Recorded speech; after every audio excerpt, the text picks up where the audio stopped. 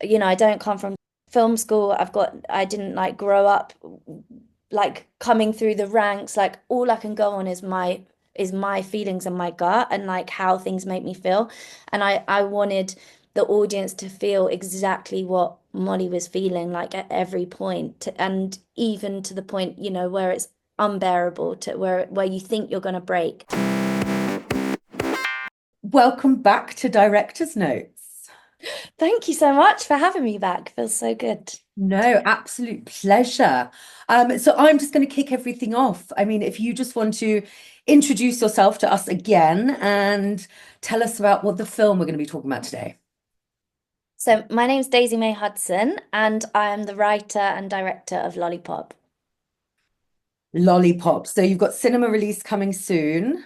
Yep, 13th of June, it comes out nationwide, and then we've got like loads of fun Q&A. Well, I'm sure there'll be fun Q&As planned as well, a little tour. So, I'm going on tour around the UK, which will be fun. Oh, brilliant. No, those are always fun. And I mean, I'm sure for you as a filmmaker, getting to engage with the audience is, so rewarding. Yeah, I mean, I've seen Lollipop play a few times, and just the way that it lands with the audience blows me away every time. Like there's always like huge hugs and lots of tears, but like good tears, like tears kind of that needed to have been expressed for a while. And yeah, and always such deep conversation and moments of connection. So yeah, I love playing in front of an audience and being able to feel it myself. Yeah. Amazing. So just to sort of dig in a little bit, Yeah. I spent time with Lollipop, obviously, and this morning I was watching it halfway. So I know that was a big influence on Yeah. Lollipop, and that was documentary. So I'd love to know sort of how you went from documentary making and then moving into this. Yeah, so halfway is about my me and my family being made homeless, and that was in 2013, and I'd never thought about making a film before, but yeah, I just started. Basically, my friend said, "Why don't you film it?" Because I felt really powerless, and that a lot of the time when you're going through these systems, you feel really invisible and like you don't have a voice. And so I just started filming it, and I filmed every day in the hostel for a year until we got rehoused. And I really, through that process, saw the just how empowered I felt to be able to take ownership over my own story, and also saw the resonance of what happens when, it played, and then loads of single mums came up at the end, and they were like air punching at the end of a Q&A because they felt seen and heard and witnessed in a way that they hadn't experienced before on screen. And that was really my motivation for when I was thinking about like Lollipop's audiences and who am I making it for. It's like for those women that suddenly feel seen for the first time. And yeah, so how it came about was after getting BAFTA breakthrough, Olivier and Cecilia were invited to a screening of Halfway, and they came up to me and said, "Have you ever thought about writing anything before?" And I never had, and yeah, it just wasn't on my radar at all. And but I knew that there was this story of women that were having their children removed, because I met these incredible women at a protest outside Houses of Parliament that were holding placards about the separation between mother and children through yeah, social services. And I don't believe in putting um I don't believe putting women on screen as victims, and because they were really in the middle of going through their traumatic experience, they were still going through the family courts where there's a lot of yeah, like secrecy, and you're not allowed to put things on film to protect the children and whatnot. I felt like if I could write it, then I could really write these women as as they are, but with a lot of humor, and we've my own bits of my own story in it as well. And so that Lollipop really is kind of a collective of lots of different women's voices. I work in I guess I have a documentary approach to filmmaking, in that I do loads of research. I want to speak to as many people as possible. I want it to feel as authentic as possible. To every little observed detail. For example, like how did it feel when a friend of mine, she Amelia Rose, she had her children removed and she became an advisor on the script. And I really wanted to get a sense of like when you walk in that room to a social services meeting, how does that feel? Like where are you looking? What's your attention on? What does it, how can we then weave that into like production design? How can we weave that into um yeah, the way that the room's laid out, how can it be a part of like everything through this very immersive perspective of a woman going through that process? Yeah. I mean, just you talking about that there, it, makes me think of that scene where she goes in and there's Yeah. all those women sat there, and I can't even imagine how terrifying that is. And you sort of, there's part of you that thinks maybe because they're all women, they're all going to be nice, but you just manage to embody that fear, that terror. It's so beautiful and painful at the same time. Yeah, it was really important for me that there's like no baddies or goodies because even going through, various parts of the system myself, I saw that sometimes people go into a profession and they want to do their best, but they're kind of tied between a rock and a hard place because of the rules of the system. They can't speak out because maybe they're worried about their own jobs, their own how it's going to impact them. And I think a lot of society is founded on this duality of good, bad, right, wrong. You're on that side of the table or that side of the table. And I think there's a lot more space for connection in the in between. And it was really important for me when I was casting that there was a lot of mirroring between Molly and the other women who she meets, because I think that could lend a lot more compassion and yeah, and to unite in this space that sometimes you're just like one decision away, one thing a teacher says to you, one school away from being either side of the table, whether you're the judge or the person being sent to prison, And I think that's really important that we acknowledge this shared humanity.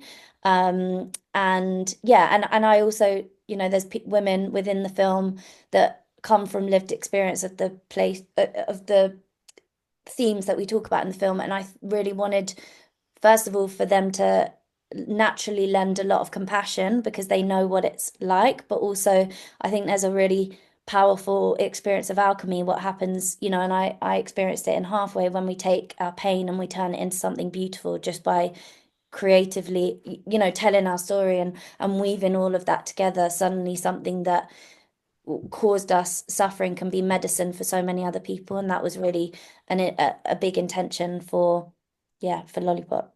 Yeah.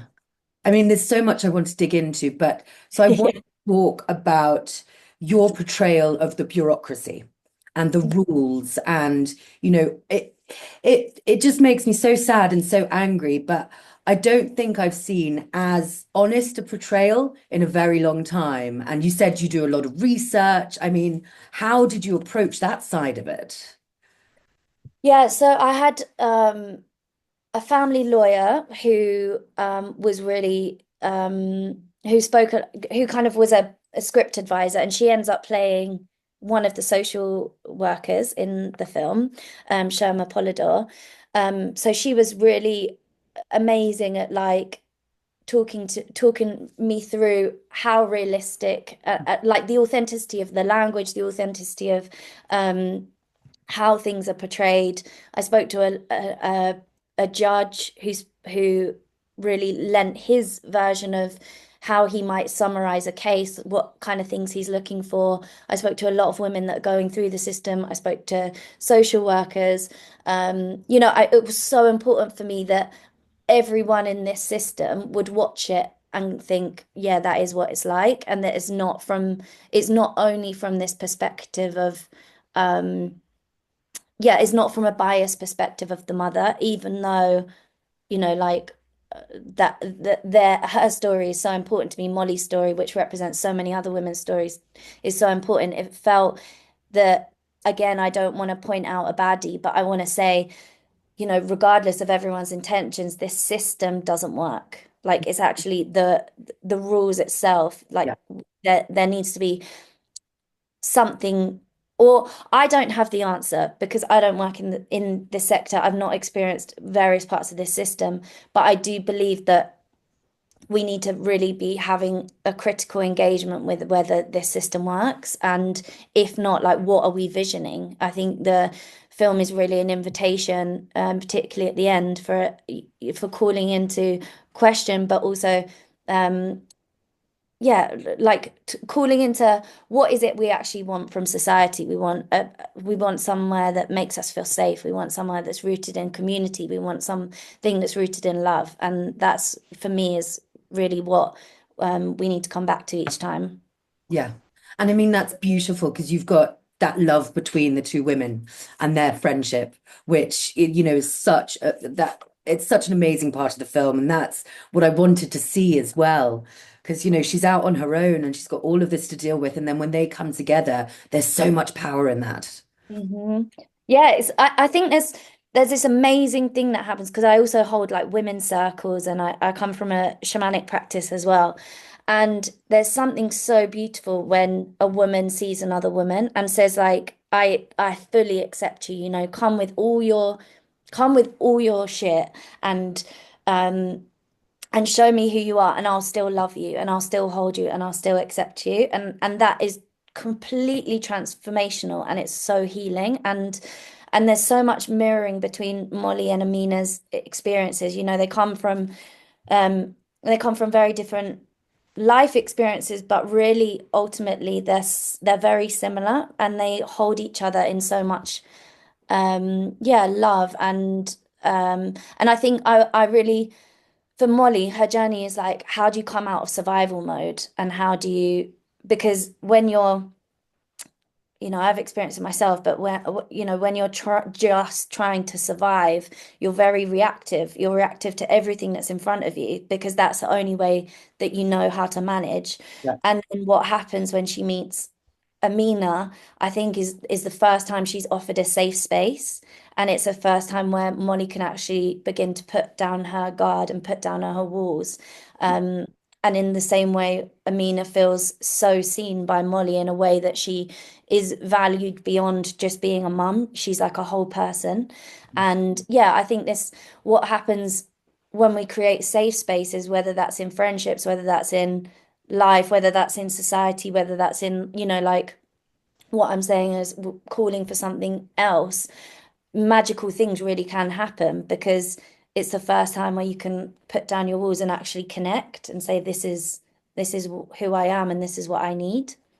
Yeah, and you see them going through that together, which is beautiful because at the beginning they've both got their walls up a bit and they don't want Yeah. to admit the positions we're in. So it's beautiful to see that breaking down of them and then how different it is when they're open and honest with each other. Yeah, and also like that joy of sisterhood, that joy, what happens when you're like with someone that you know so deeply that you can like laugh until you cry and then you keep laughing because you don't even know what you're laughing about anymore. Like that is what their relationship is like on screen. And when when we were in the casting process and we saw that we basically had a chemistry read between Posy Sterling and Ido Ahmed, who plays Molly and I always their names are so close to the characters. Molly. Molly and Amina that they basically walked in the room and they could connect so deeply like they've been old friends because they saw each other for who they were, and then one of the things that we did was do an improvisation of a party and they both put on 21 seconds and then just like rapped to every word and danced so hard, and you could see, which is totally what Lollipop's about, is like how do we find these huge profound moments of joy within life, because that's what real life is like. You can be 1 minute you're laughing, 1 minute you're crying, and I think sometimes the deeper we allow ourselves to feel grief, the deeper we can actually feel joy. And that for me is like what motivates me to write, make films, is to show this full spectrum of emotion and this full spectrum of humanity. Yeah. And I mean, talking about casting, we have to talk about Posy Sterling. She blew me away. Yeah. So did you know that you were looking for her, or how did that whole thing come about? Well, so Lucy Pardy, when she said yes to the she's always been like a casting hero of mine, and I think because I really want to take so much care of people and like to really hold people in as much safety as I can, she really works in that way. And so yeah, it was I was really grateful to be able to work with her. And as soon as she came onto the project, she was like, I don't want to jump the gun, but I have met someone that I think could be amazing. And she'd seen Posy Sterling in a Clean Break um, short film called Sweatbox, which she sent to me. And yeah, I just, like that gut feeling where you're like, this could be amazing. And then it was really important for me to like stay super open because I knew that I'd written these characters, but I wanted like the casting process to kind of surprise me and life to surprise me. I think you're always co-creating with life and the universe, and I wanted to stay as open to who walked through the door. But as soon as Posey walked through the door, I was actually like, the person that I've written on the page has just walked in, and she's this like Pose and Molly just through, I think, have this like unbelievable energy to their body, like they're really really present, and have like this like lioness spirit which is like so Molly, and just I think has this capacity. Again, I was always, when I was talking to Lucy about the like through the casting process, I'd always talk about the joyometer and like how much joy does someone make me feel, like even within the hardship can they still reach these places of like deep and profound joy. And Pose just had so much humor and lightness and love. And yeah, she was just, I mean, she was made for the role, Yeah, genuinely. I totally agree. It's just I bought into every single thing about her and everything she was feeling, and it was just such a powerful performance. Yeah, she's Beautiful. spellbinding. And I think we also had this amazing working relationship that we developed. We had a lot of trust and became, there was like a shorthand that we managed to develop. So sometimes like we wouldn't even need to speak, but we'd know each other, like what each other are saying, and that really helped a lot on set because I think there's so much unpredictability when you're making a film. Like you think you've got control, but you've got zero control because you know, and the more that you can let go, I feel like film's an amazing metaphor for life because you think like, here's me and my human, and I'm just going to try and control everything, and everything's going to go exactly as I have like predicted it, and it's just n not like that, like you'll turn up on set, something didn't arrive, this person's like ill, this person isn't this like this isn't happening, this location's gone, and I think the more that you can open up to the fact, or surrender actually would be the word, to the fact that you've got no control. I think it actually leaves more space for magic to happen. And I think one of this really important things was that me and Pose had this grounding that no matter what was happening, we could always come together and be like, okay, you're safe, this is happening, this is this scene. And then yeah, she just like did, I mean, amazing work every time. Yeah. And I mean, talking about sort of her performance, one of the bits that stood out to me, and as well, I want to ask about your camera work in this, is when she takes the kids away.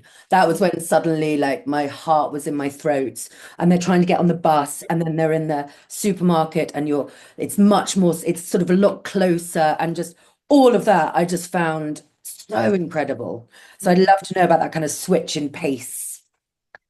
Yes, good question. I guess in terms of being on the journey with Molly, that was always our intention. Like when I worked with Jamie Ackroyd, who's the film cinematographer, it was like we want to feel like the camera is right there with Molly on every step of the journey. And then when Lee McCarkill came on, who's our editor, and we were, yeah, it was just such a beautiful synergy of working together. But there were so many times where, we'd shot it in a certain way, but then we'd get into the edit and we'd be like, we just don't want to cut. Like it should feel so intense that you're Yeah. just like that by the end you want to get away, but you're just still with her because Molly doesn't get a chance to leave, like she's in this process. And I think, yeah, that was really important when from that point on was just that you're so in her mental world. And then we worked with Chad, our incredible sound designer, who um, we really played with this like intensity within this park scene, Mm. where yeah, we don't cut it. The camera's so close. You're just watching her basically in real time make this decision, which because but I think that's the thing about survival mode. It's not premeditated. It's literally like you're in the moment and you're just going from moment to moment to moment. And that was that scene with Molly. And then we did, yeah, this work with the sound design of like all the different voices and how and this sense of overwhelm because it was just like this impending doom, this impending feeling. That was really, yeah, it sounds intense, but it was really fun to make. It does sound intense, but at the same time, that all came through. That came through exactly through the screen and what's going on. And for me, that was just, oh God, yeah, my. And then it took a while for me to calm down after that. Yeah, And you don't shy away from making us feel uncomfortable, which I really enjoyed. Like especially the scene where she goes into the housing office and she just breaks down, and yeah, you make us sit there with that, which I really loved. yeah. I think we, yeah, I think I just wanted, I always find like the power of film or like why I got into documentary in the first place was that you can literally say, this is how I'm feeling, and you can communicate it directly to an audience. And I think that was I don't come from film school. I didn't like grow up like coming through the ranks. Like all I can go on is my feelings and my gut and like how things make me feel. And I wanted the audience to feel exactly what Molly was feeling like at every point, and even to the point, where it's unbearable to where you think you're going to break those huge moments of like highs where you're like actually this is amazing and life is so good. This level of closeness, I think, yeah, I really wanted everyone to feel the whole time. And I think, yeah, I don't want to say too much about that scene. I could write a book, but I'm like, oh, I don't want to give it away, so I'm not going to say anything. No fair, But fair. yeah, that scene was it was also Intense, improvised. A lot of it, wasn't yeah, a lot of it was improvised because I worked I'd written the script, but I also wanted it to feel really lived in and that everyone could take ownership over it. It was the same like working with the crew, I've got a version of it, but everyone's so incredible and creative. Why would you not want to give that and share it? It's like it takes a village to, raise a baby. Like this, the cast and crew is the village around this, beautiful thing that you've created, but people take it that people put so much of their own incredible flavors into it. I think that's what I wanted to do with the script is not be prescriptive. And so, yeah, a lot of that scene was improvised and same with like the camera work and again, this journey of surrender, like, but I think sometimes like the best things happen from what you don't plan. Like one time, there was a lot of like I'd be starting in the morning, starting filming, and I'd get like a nod to like go into an emergency meeting, and I'm like, okay, what now? And then one morning, it was the first scene that we were going to shoot with the kids, and I got told that Luke Howard, who plays Leo, is is really not well. It's not funny, as in like he came into work, he was really not well, and he had to go home. I can laugh at it in hindsight, but at the time I was like, what the hell? And they were also like, by the way, we have to shoot a scene because we cannot afford like pushing this on. So I ended up, sitting with it and being like, okay, so this is what we're going to do. So I called one of my friends who is a lived experience advisor, who was an advisor to the script called Amelia Rose, and she has had lived experience of having her children removed and going through the system. And I said, okay, so why would a child not turn up to a visit? What could possibly be the reason? And she said often, she's experienced like last minute, there would be like, oh, there's a health appointment that the kid has to go to. And the mum often wouldn't know until she's actually in the meeting. So I was like, okay, great. So that's the scenario that we're working with. This was uh, Tegan Mia's first time on set as well, because Tegan Mia, who plays Ava, she'd never acted before, never been on a film. I said, like, we're literally going to throw out. We know that it's got to be in a contact center. We know that this is the reason that Leo can't show up, but we're going to improvise it. I spoke to Pose, and they ended up improvising the most incredible scene, um, just through like these kind of, yeah, these script pointers, like this is the beginning, these are the points we want to hit, this is what we know to be true. And then they just made absolute magic. And the same thing is like when Leo comes back, when he on his first scene in the film, that also wasn't planned, that was completely unscripted, which I ended up writing like that day. But it ended up being the most perfect scene because I think, when you allow yourself to be kind of surprised and you allow yourself to be like incredibly present, that's when you see the gold. Um, and when you're attached to things or attached to outcomes, that's when bad things happen. So yeah, lean back, lean in, and just yeah, and let the magic take over, I would say. Yeah. I mean, so much of what you've done in the film proves that point. Yeah. And then, you've obviously got this amazing relationship on sets. And, I love the way you work and hearing you talk about working that way. I think that's so important. And that so much of that needs to be taken into account much more in filmmaking. Yeah, I think sometimes it's about like taking the ego out and just and it's about working, yeah, in full presence. And I think you also have to have created trust with the actors, with the crew, um, in order for those kind of moments of presence to take place.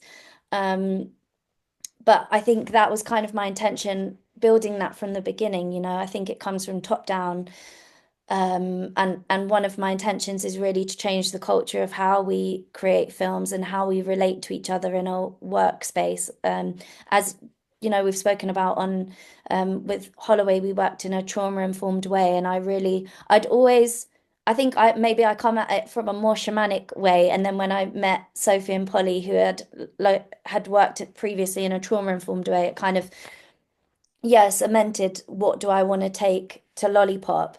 And I guess my intention has always been about like making something sacred. Like, how can we bring values of like honor, respect, intentionality, kindness to this, to the way that we relate? And I think, working in a trauma-informed way means that we bring context and we don't expect people to come to work as like trauma, as robots. We acknowledge that we all come with trauma. We all come with so so many stories from our past, but also not even that, like a story from coming into work. Maybe the bus was annoying. Maybe we had an argument with our partner the night before. Whatever this is, it's really hard to just show up to work and drop it. And I Mhm. think we have to create space for the possibility that we can acknowledge that in a workplace and that it can be, yeah, there's space for that. There's space for vulnerability. Like one time we were filming a scene on Lollipop, and it really resonated with a lot of stuff that I'd experienced. And I ended up calling everyone together, cast and crew, and I just said, this is a big scene for me. So we're going to go slow. And I was really supported by the production team always to like lead with that honesty and lead with that lead with that approach. And by me being honest, it ended up coming out that like a couple of the essays, the supporting artists had experienced stuff, similar things. And suddenly there's a space for much deeper connection. And I also think there's a culture in filmmaking that I've heard about on sets where people can really act in a way that's like not appropriate and is unkind. But I think even that, I think it's very easy to go, well, that's wrong, that's bad. But what trauma working in a trauma-informed way and acknowledge that everyone has a context. So even like working out or asking why is that person acting in that way? Like, what is it that they didn't get? What is it that they're struggling with? What is it that this resonates with? And when we can create a conversation from that place, actually, change happens because people don't feel bad or wrong or separate. And that doesn't mean that we don't have to have boundaries. Like we were really firm on, respecting each other in these working spaces. But I think we have to be able to lend, yeah, this vision that we're all human and we're all a bit messy, and that we can find a shared humanity even when we're working together. Yeah. Yeah, life is messy and Life is messy. there's People are always things messy. that are going to come up. Yeah. Yeah, and I love seeing that in films. And then I love hearing about people who understand that. You Yeah, it know, doesn't mean like you can have the best intention of working in a trauma-informed way of like working sacredly, but you're also human and you might also miss things and you might mess up. But it's also about, setting the intention of trying your very best and then also having moments of self-reflection and like learning on the job and learning as you go, and also allowing compassion for your own messiness and other people's own messiness. But I think as long as we can create a space where people feel safe to be vulnerable, like not only does the the very best creativity comes from permission to be vulnerable, the yeah, very best connection, the very best like yeah, kindness and comes from that permission. And I think it really made me think about often when we have our relationship to actors, like in terms of dynamics between documentary directors and contributors, there's often this like separation or power dynamic between someone that has all the power and someone that doesn't have the power. And I think with how I've tried to always work and how we worked in Holloway is like how much can we dismantle that that power over paradigm. And I really tried to think about how does that look like in a fictional space where there's a lot of hierarchy, there's a lot of structures, and those structures have existed for a long time to be able to work in such a big way of like a crew of 100, 150. But how do you bring those kind of interpersonal like relationships into that space? And particularly I was thinking about it around actors because I think there's such this um, demand for people to come on set and be so vulnerable and leave themselves so bare, like wide open. And are they taken care of? Are they treated? Is that acknowledged that that they're bearing their soul on screen, or are they just told stand there, off you go? Can we have that for the 26,000th time? Like that for me, that's part of the culture that needs to change as well. And I think it just comes from an intention of like, let me just acknowledge what they're holding and how can I um, create a space that treats that with dignity or respect. yeah. And I just think that's only going to serve for better performances, for better production, for more ease. And, hopefully there's going to be a lot more happy actors and filmmakers, Yeah. that kind of thing. It absolutely impacts, the level of performance because I think you can really show yourself based on how safe you feel, Mm, and for particularly the performances in Lollipop, like people are really showing their whole soul, and that can only happen if someone feels like safe and respected and cared for. yeah. Um, and I think that's the way that we, yeah, approach things and how we worked. And yeah, I Yeah. was really grateful for that trust. Yeah. And audiences can see that, they can feel that, they can taste it, they can smell it. It really does. It all comes through. Yeah, that's You what I feel like, you know, it's an energetic transmission when when audiences are sitting in a screen, they're feeling, they can feel how deep an actor is going. They can feel the intention behind something. They can feel, sometimes when I watch it, I'm like, wow, my whole soul is like on screen. Like yeah, I've everything that I am into this. And so I think when you bear yourself open so vulnerably, like other people are moved. And I've seen it, in preview screenings that we've had where people come and like they want hugs, they're crying, they're like moved and they're saying things that maybe they've never told anyone before. Like the intention that the film was made from, they also receive, and mm, it transforms them in the same way that we were transformed when we were making it. And yeah, I think that's what this that's what film can be. It can be that energetic transmission. Yeah, yeah, it's definitely not a one-way street. Yeah. I'm a big believer in that. Okay, so I mean, there's so much more I could talk about, I but know, me too. to end. So obviously you made halfway, you've got Holloway, you've made this, you've got narrative, you've got fiction, you've got documentary. What are you doing next? Great question. I I basically after Lollipop, I pitched another feature to Parkville, who I made Lollipop with, and then BBC Films. So we're now in development for my next scripted feature, which is really cool and exciting. And yeah, and then I feel like really driven by truth and just and the the messages of my heart. And I don't really know like what they are in the future, but I love science fiction, I love fantasy. I want to make films that make people feel deeply, and that can be across documentary and fiction.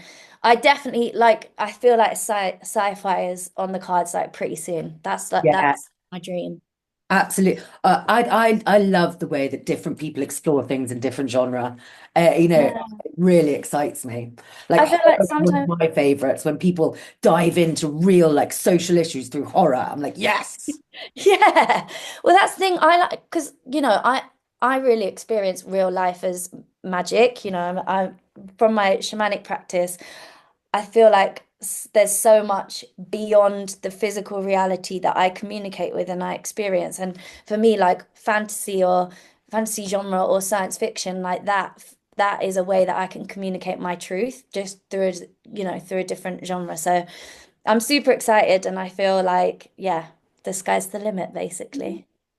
Good. Look, best of luck with your tour and the Q&As and Lollipop release. I'm going to be shouting about it from the rooftops. And thank you for always asking amazing questions. I really appreciate you having me on. Thank you. No, it's brilliant. It's so lovely. And, that's one of the things we love the most here is speaking to filmmakers and seeing the evolution of their career and what they're doing. So I think we'll be speaking again. Yeah, me too.